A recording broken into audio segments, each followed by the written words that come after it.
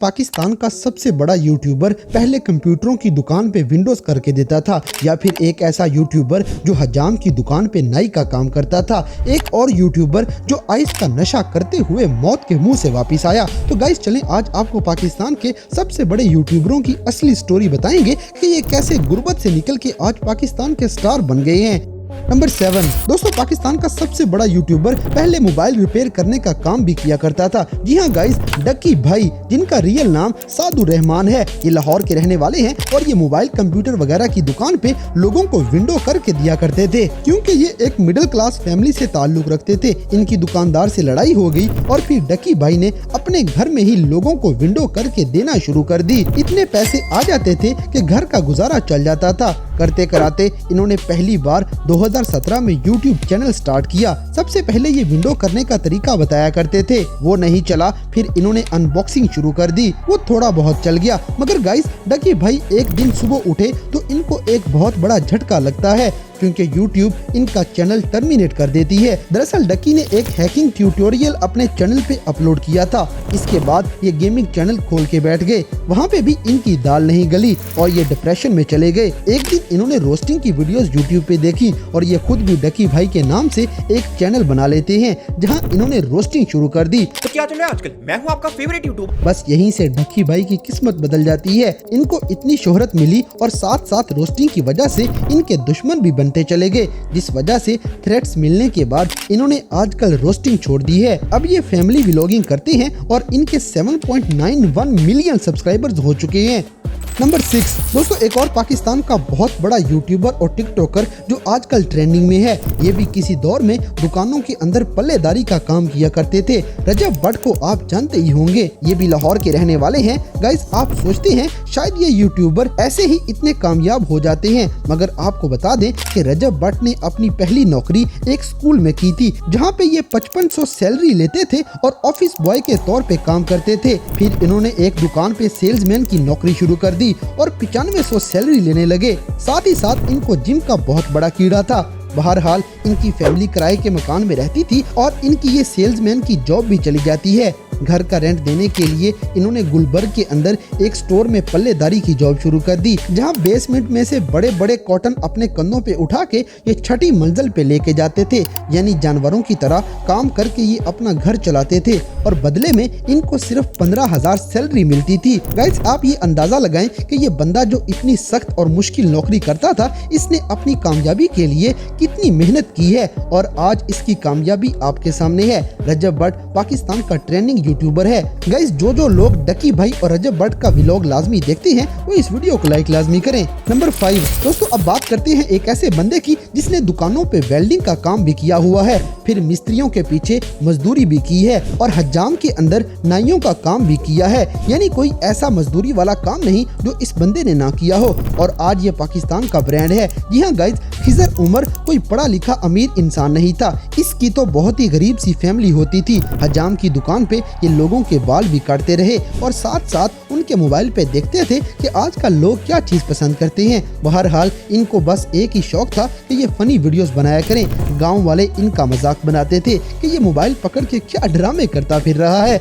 मगर खिजर उमर ने हिम्मत नहीं हारी और ये लगे ही रहे। आज यूट्यूब पे इनके 1.5 मिलियन से ज्यादा सब्सक्राइबर्स हैं और आज वही गाँव वाले इनके साथ एक सेल्फी लेने के लिए तरसते हैं। गाइस, खिजर उमर के साथ जो लोग फनी वीडियोस में नजर आते हैं, ये भी इनके साथ ही मजदूरी करते थे। कोई दुकानदारी में इनका यार बना, कोई मजदूरी में, कोई हजाम में, और इस तरह कर करा के इन्होंने अपनी पूरी टीम बनाई हुई है। और आज यही बाल काटने वाला बंदा YouTube से लाखों करोड़ों कमा लेता है और ब्रांड भी बना हुआ है। नंबर 4 दोस्तों, बात सिर्फ एक नाई पे नहीं रुकती, बल्कि एक ऐसा बंदा भी है जिसे ना अलिफ आती है और ना ही बे, और इंतहाई गरीब एक अनपढ़ मजदूर जिसे बोलना भी सही से नहीं आता।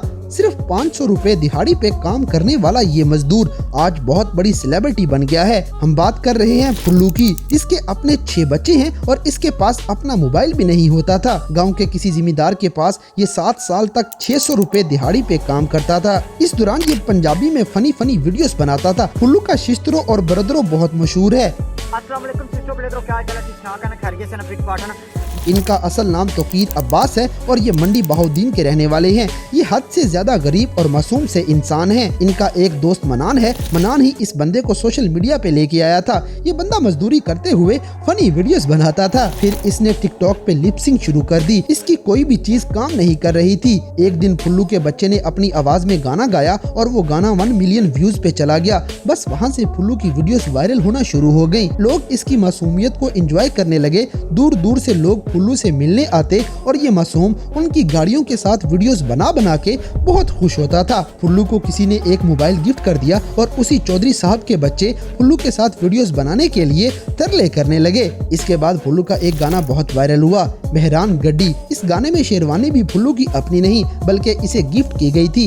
ये गरीब दिहाड़ीदार एक देसी मजदूर आज टिकटॉक का बादशाह है। इसके 10.8 मिलियन फॉलोअर्स हैं और यूट्यूब पे इसके 3,04,000 सब्सक्राइबर्स मौजूद हैं। नंबर 3 दोस्तों, अब बात करते हैं पाकिस्तान के एक और बहुत बड़े यूट्यूबर की जो मौत के मुंह से वापस आया है। इसका बाप एक मोटरसाइकिल मैकेनिक था और इनका ख्वाब था कि इनका बेटा एक इंजीनियर बन जाए और अच्छे पैसे कमा सके, मगर इस लड़के ने माँ बाप के सारे ख्वाब चकनाचूर कर दिए। इसका नाम रजा समू है। इसने अपना स्टार्ट खुजली वाइन्स के नाम से किया था और आजकल ओसमो फैमिली के नाम से इसका चैनल है।